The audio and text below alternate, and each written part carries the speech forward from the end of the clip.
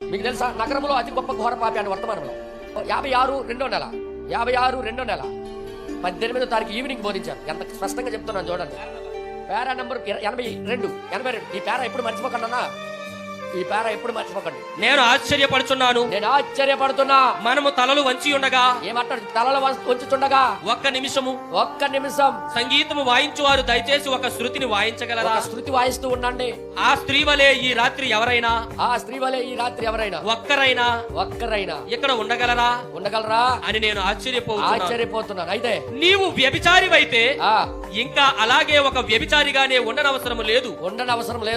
వ్యభిచారం అనగా కేవలం లైంగిక సంబంధమే కాదు గాని, వ్యభిచారం అనేది కేవలం లైంగిక సంబంధమైనదే కాదు గాని, నీవు నీ సమయాన్ని వృధా పరుచుట ద్వారా,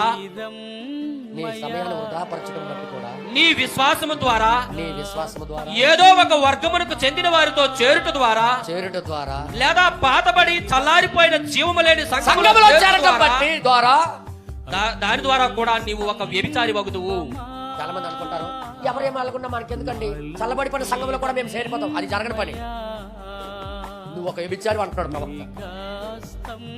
చల్లబడిపోయిన సంఘాలకు వెళ్ళడానికి వీల్లేదు. వాక్యం ద్వారా ఖండించకపోయిన సంఘాలకు వెళ్ళకూడదు. ఖండించకపోయిన సంఘాలకి మనం వెళ్ళకూడదు. చల్లబడిపోయిన సంఘంతో మనం ఉండకూడదు. అది కూడా వ్యభిచారం అని వర్తమానం చెప్తుంది. ఎవరైతే వాక్యం కోసం దాహం కలిగి ఉన్నారో, వాక్యంతో జీవించాలనుకుంటున్నారో, పరిపూర్ణ చిత్తము నెరవేర్చాలని రాత్రింపగలు ప్రయాసపడుతున్నారో, వారితో సహవాసం చేసిన దేవుడు ఏమంటాడు? చల్లబడిపోయిన సంఘానికి వెళ్తే అది వ్యభిచారమే అంటున్నాడు. లైంగిక సంబంధమైనది కాదు, ఇది కూడా వ్యభిచారమే అంటున్నాడు ఆయన. హల్లెలూయా. చాలా మంది చల్లబడిపోయి వాక్యము ఉన్నది ఉన్నట్టుగా చెప్పడానికి భయం, వెళ్ళిపోతారేటో అని భయం, వదిలేస్తారేటో భయం, కానుకలు దశభాగాలు రావేటో అని భయం. ఇలాంటి సంఘాలకి నువ్వు వెళ్ళినా నువ్వు వ్యభిచారివే.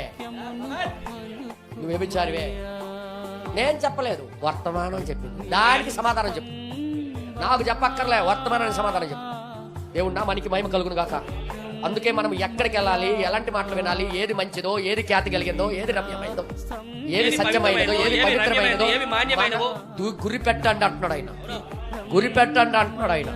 ఏది పడితే అది ఏ సంఘానికంటే ఆ సంఘానికి వెళ్ళిపోవడానికి వీల్లేదు బ్రదర్. చల్లబడిపోయిన సంఘంలో నువ్వు ఉండకూడదు బ్రదర్. నేను అల్లదు బ్రదర్ బెనం గారు వర్తమానం చెప్తున్నారు. హల్లెలూయా. ఇంకొక వర్తమానం ఏమన్నాడు తెలుసా? ఈ విషయాల్లో నేను మరి చెప్తున్నా. మనము ఏదైతే ప్రఖ్యాతిగాంచింది, ఏదైతే ముఖ్యమైనదో అటువైపు తీసుకుని వెళ్ళడానికి వర్తమానం వచ్చింది.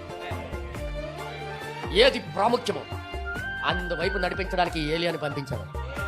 ఈయన వచ్చి ఎలాగ బోధించాడు తెలుసా?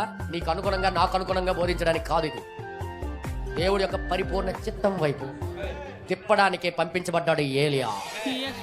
హల్లెలూయా. సంఘశాఖలకి దేవుడు ఎప్పుడో వదిలేయండి.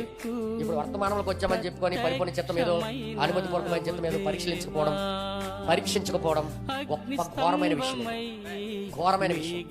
ఇంకా అక్కడ ఏమంటాడంటే, కొద్దిగా నీవు వీటిలో దేనికి చెంది ఉన్నాను, నువ్వు దేనికి చెంది ఉన్నా ఒక వ్యభిచారి కంటే ఇంకా ఘోరమైన వానిగా ఉందువు.